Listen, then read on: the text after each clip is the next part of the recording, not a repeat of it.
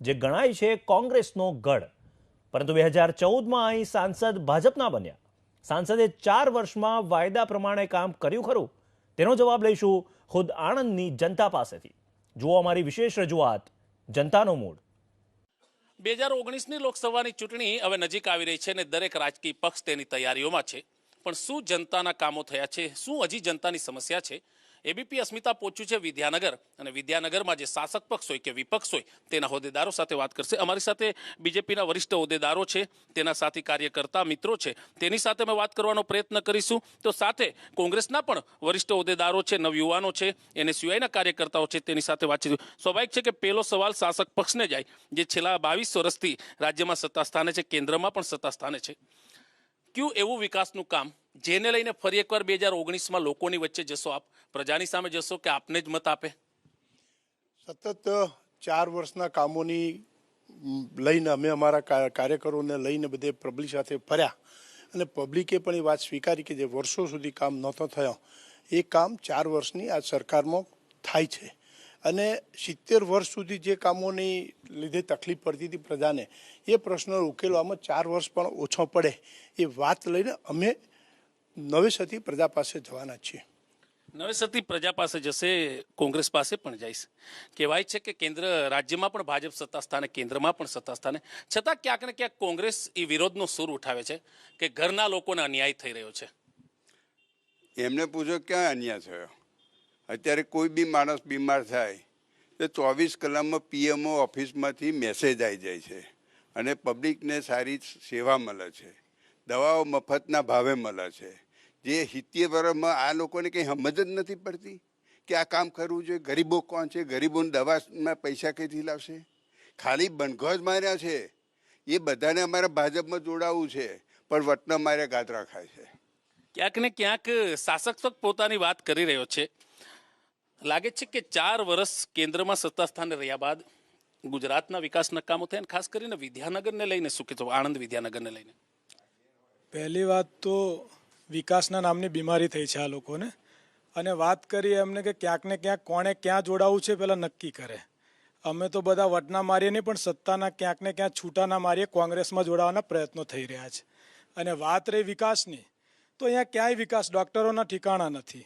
સરકારી હોસ્પિટલ તમે પૂછી લો પહેલાં આણંદમાં કેટલા ટાઈમથી માંગણી ચાલે, હજુ બન્યા નથી. અને વાત કરીએ એજ્યુકેશનની, તો અહીંયા આગળ શિક્ષણમાં ભ્રષ્ટાચાર, મોંઘવારી અને સેલ્ફ ફાઇનાન્સ કોલેજોનો રાફડો ફાટ્યો છે. માત્ર ને માત્ર વિકાસ નામની બીમારી અમને ઊભી કરી છે. ક્યાંય વિકાસ નથી, ક્યાંય વિકાસ નથી. જે રીતના વાત થઈ કે પીએમઓ ઓફિસમાંથી ફોન આવે છે, કહેવાય છે કે શાસક પક્ષ હોય, સ્વાભાવિક છે કે તે પોતાની વાત કરે, પણ કોંગ્રેસ ક્યાં એવા મુદ્દાને લઈને જનતાની વચ્ચે જવા માગે છે? કારણ કે કોંગ્રેસે જે આખો માહોલ ઊભો કર્યો તો છતાં સત્તા સ્થાને ના આવી શકી, પણ 2019માં કેમ એટલો બધો આશાવાદ કે કોંગ્રેસ સત્તા સ્થાને આવશે? 2019માં તેમને જે પરિણામ મળવાનું છે તેનો ભણકારો એમને અત્યારથી થઈ ગયો છે ક્યાંક ને ક્યાંક. એટલા માટે આવા અનગણત સ્ટેટમેન્ટો આપવામાં આવે છે.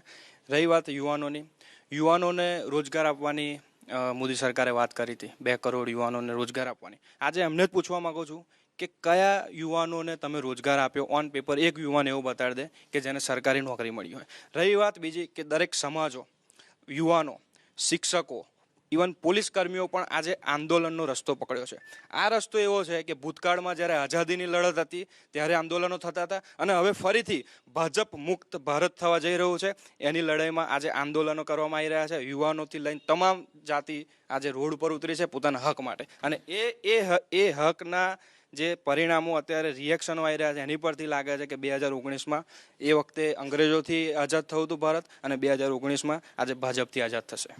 2019માં ભાજપ મુક્ત ભારતની વાત છે. ભાજપે કોંગ્રેસ મુક્ત ભારતની વાત કરી હતી અને લગભગ અનેક રાજ્યોમાં આવી.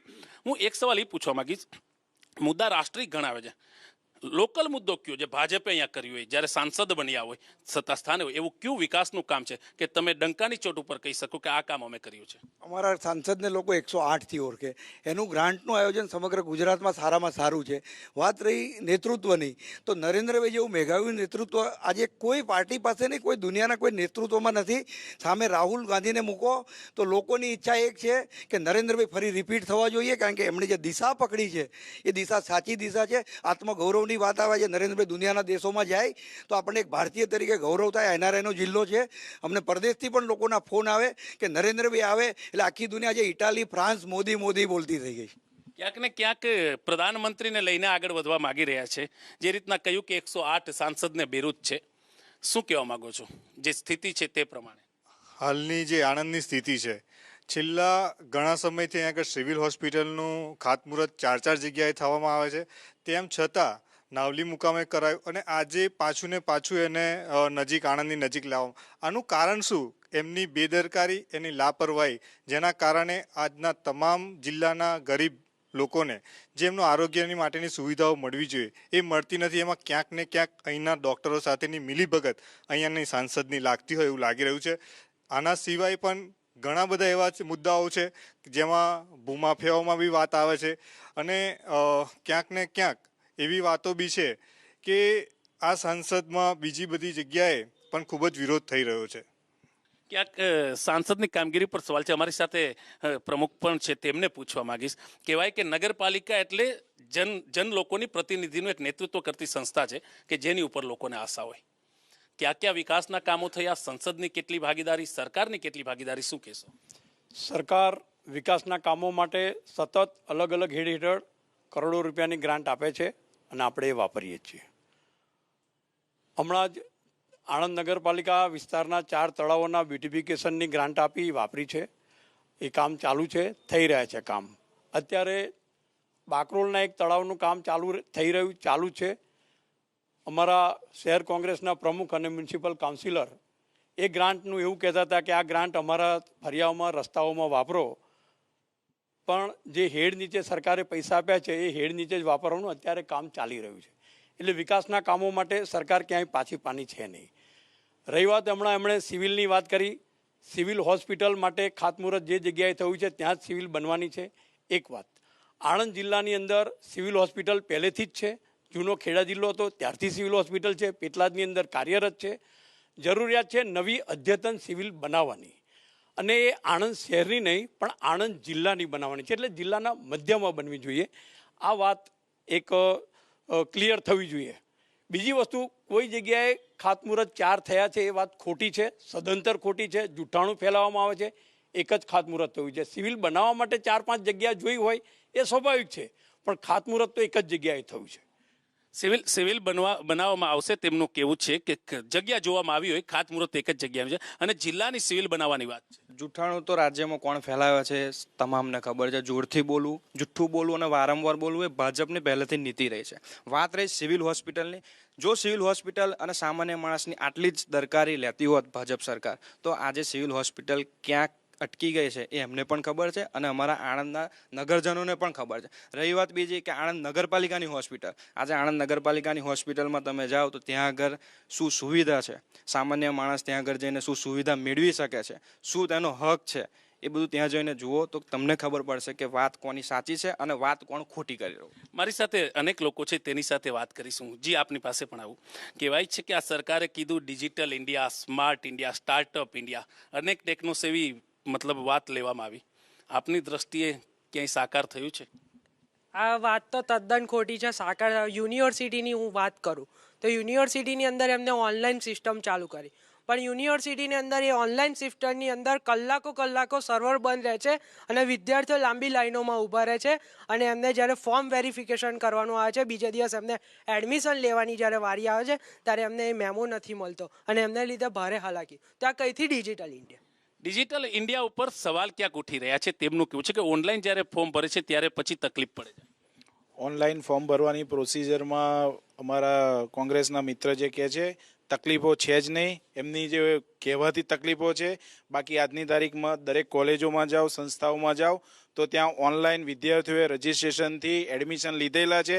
એમને લિસ્ટ જોવું હશે તો દરેક સંસ્થાઓમાંથી એમને લિસ્ટ પણ મળશે. એટલે ઓનલાઈન પ્રોસિજર ચાલુ જ છે.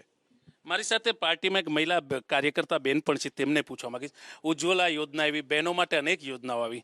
આપ તો પાર્ટીના છો, છતાં આપ શું કહો છો? આ યોજનાઓ સક્રિય રીતના અત્યારે લાગુ થઈ છે? આ વિસ્તારના બહેનોને, પરિવારોને મળી રહી છે? હા, અત્યારે હમણાં જ અમે અહીંયા જે ફોરમ ગેસ છે ને ત્યાં આગળ ઘણી બહેનો ગામડાની એ લોકોને માત્ર 100 રૂપિયામાં આખું કનેક્શન ગેસનો બોટલ ચૂલો સાથે આપ્યું છે ઘણા બહેનોને, અને હજી એ પણ ચાલુ જ છે.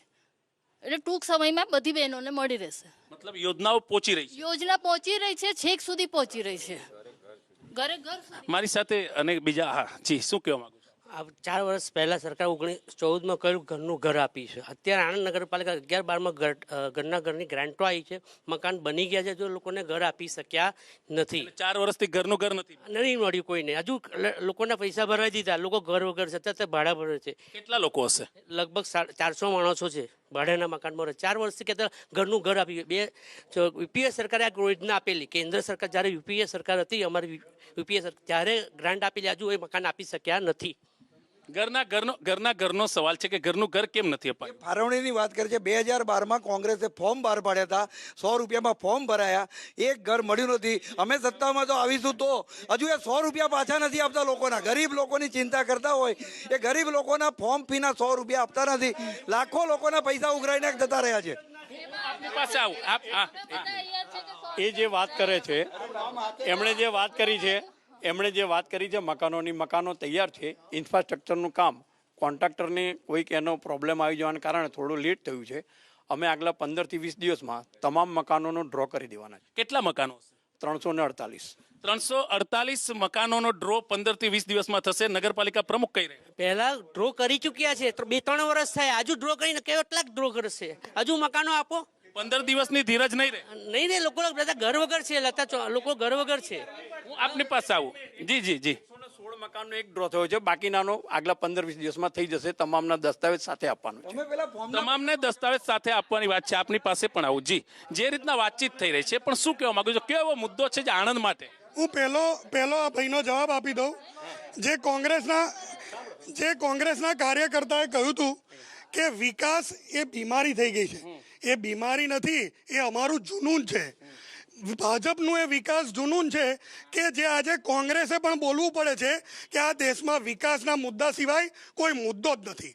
પ્રજા એક જ મુદ્દામાં માંગે છે, વિકાસ. કોંગ્રેસ માટે બીમારી છે અને ભાજપ માટે જનૂન છે. અને અમે આવનારા વર્ષોમાં એ જનૂન સાથે જ આવીશું અને 400+ સીટ સાથે ભાજપ અને નરેન્દ્ર મોદીના નેતૃત્વમાં આ એક હિન્દુવાદી સરકાર આગળ વધશે. તેમનું કેવું છે કે વિકાસ તેમનું જનૂન છે, કોંગ્રેસ કહે છે બીમારી છે. વિકાસ તો અમારું સૂત્ર જ હતું, આ તો એમણે પછી જોયું છે. પહેલી જ વાત છે. બીજી વસ્તુ એવી છે, એ વિકાસની વાત કરે છે. મારે એવું પૂછવું છે કે આ ગુજરાતના ખેડૂતોનું તો તમે સારી રીતે કેમેરાની આંખે દર્શાવેલું જ છે. જો વિકાસ થયો હોત તો એમને આ રસ્તા પર ના નીકળવું પડે.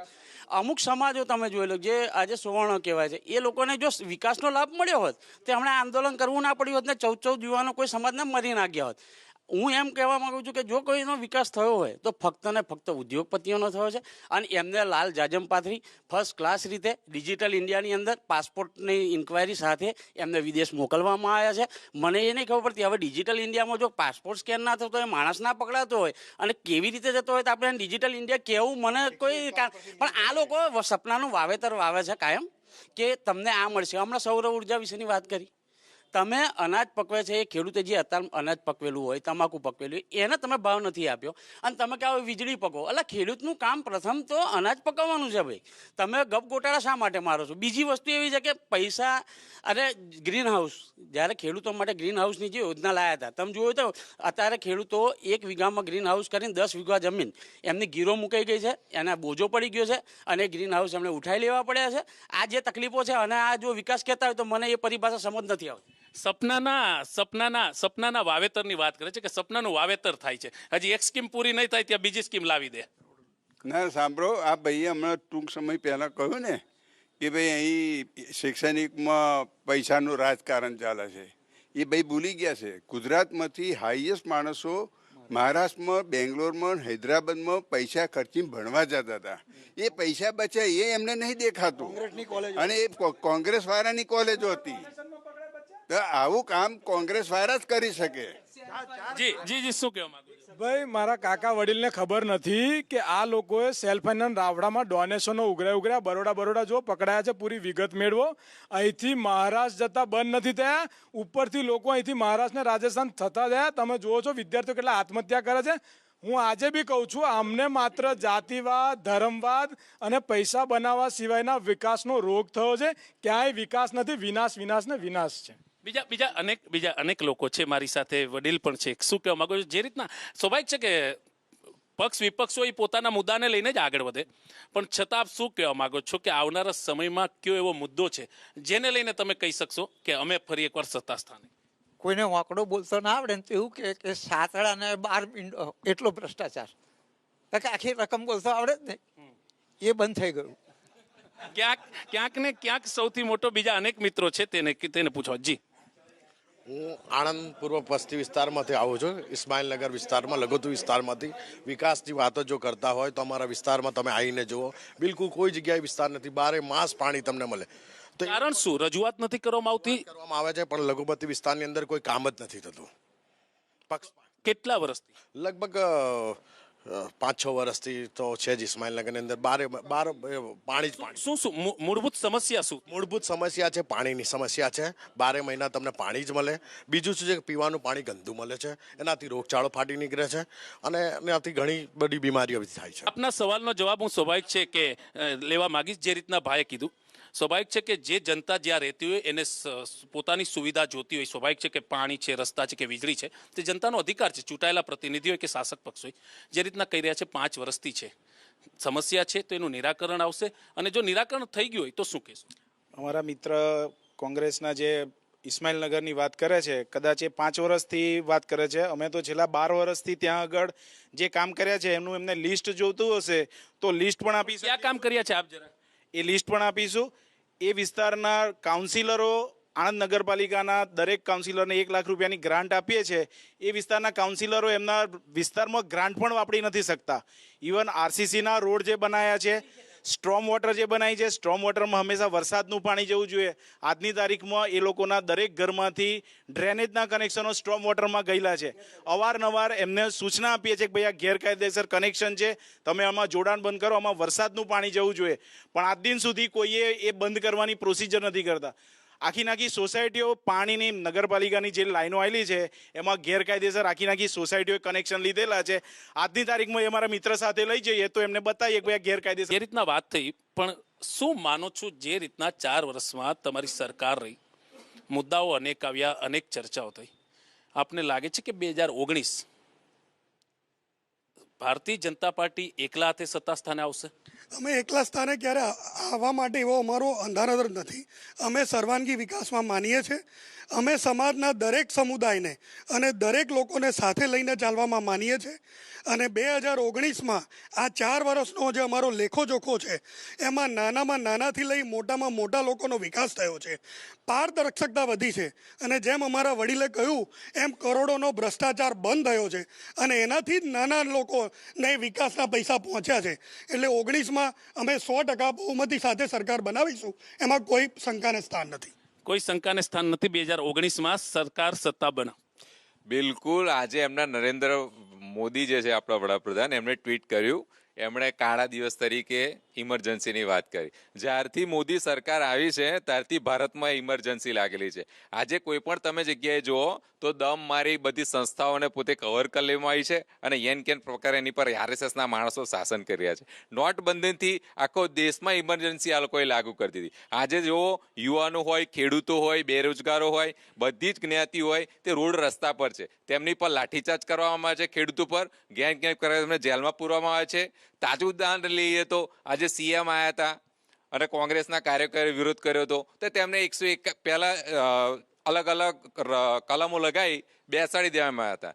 પાછી એ લોકોએ પાકા જામીન લઈને છૂટ્યા, 151 પછી એમને બેસાડ્યા. એટલે કોઈ પણ વ્યક્તિ વિરોધ ના કરવો જોઈએ એવું આ સરકારનું માનવું છે. બીજું કે જે ભાઈ હિન્દુવાદી સરકારની વાત કરી, પહેલા તો આ મોટા ભગોળાઓ છે.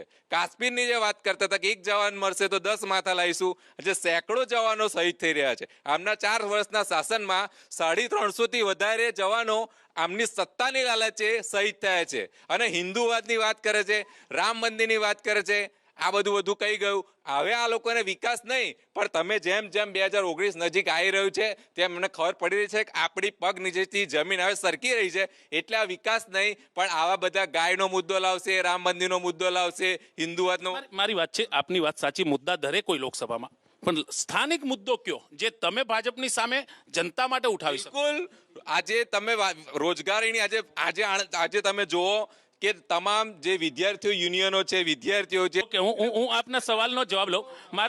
મારો મુદ્દો એક આપને છે, જ્યારે વિકાસની વાત આપ કરો છો, આણંદ પાસે તારાપુર પાસે કનેવાલ કરીને એક ટાપુ છે, જ્યાં અમે પણ કવરેજ કરવા ગયા હતા. એ ગામમાં અત્યાર સુધી લાઇટ નથી, ગેસનું કનેક્શન નથી. સાંસદ સભ્ય દિલીપભાઈ એમ કહે છે કે મારા ધ્યાનમાં નહોતું, એબીપી અસ્મિતાની જાણકારીમાં આવ્યું. હું આપને એ જ કહેવા માંગુ છું કે 4 વર્ષ અને 22 વર્ષ જ્યારે વિકાસની વાત થતી હોય તો આણંદની બાજુના ટાપુમાં લાઇટ નથી, ગેસ કનેક્શન નથી, આવવા જવાનો રસ્તો નથી, લોકો હોડી લઈને આવે છે. તલાવમાં ખાનગી જગ્યા છે, પહેલી તો એ ટાપુમાં થોડાક ફેમિલી રહે છે, પણ એની સામે અમે 4 કરોડ લોકોને ઉજ્જવલાના કનેક્શન આપ્યા. ભ્રષ્ટાચારની વાત કરતા હોય ને, ડાયરેક્ટ બેનિફિટ 62,000 કરોડ રૂપિયા બચ્યા છે. 32 કરોડ જનધન ખાતા ખુલ્યા છે, એમાં 82,000 કરોડ રૂપિયા લોકોના મૂક્યા. અને દેશની વાત કરતા હોય ને, સૈફુદ્દીન સોજ, સાંભળો ભાઈ, સાંભળો, સૈફુદ્દીન સોજ અને મુશરફ બે એક ભાષા બોલે છે. સૈફુદ્દીન સોજ, તમારો સૈફુદ્દીન સોજ અને મુશરફ એક ભાષા બોલે છે. તમારી દેશભક્તિ છે. અરે તમારી દેશભક્તિ આજે દેખાઈ ગઈ. તમારી ઓફિસ પર બાયણા ફાટી ગયા, પડદા ફાટી ગયા, તમારા અમિતભાઈના પડદા ફાડી નાખ્યા, એ તમારી શીશ.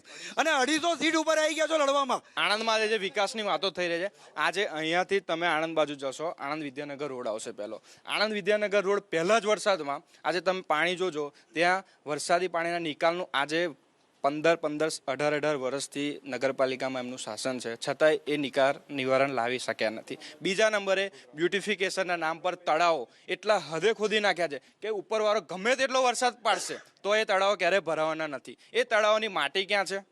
બ્યુટિફિકેશનના નામે જે રીતના તળાવોની આજુબાજુ જે ગંદકી ફેલાવવામાં આવી રહી છે, એનું જવાબદાર કોણ છે? આ વિકાસ છે કે ભાજપ છે? એ નક્કી કરે.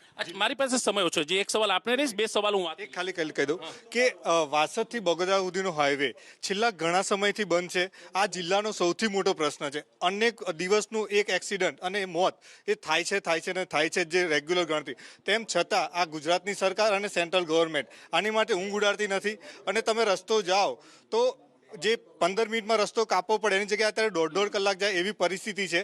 તો આ વિકાસ ક્યાં ગયો તમારો? આ વિકાસ કદાચ બીમાર પડ્યો જે અમારા મિત્ર કહે છે એ સાચી હકીકત છે.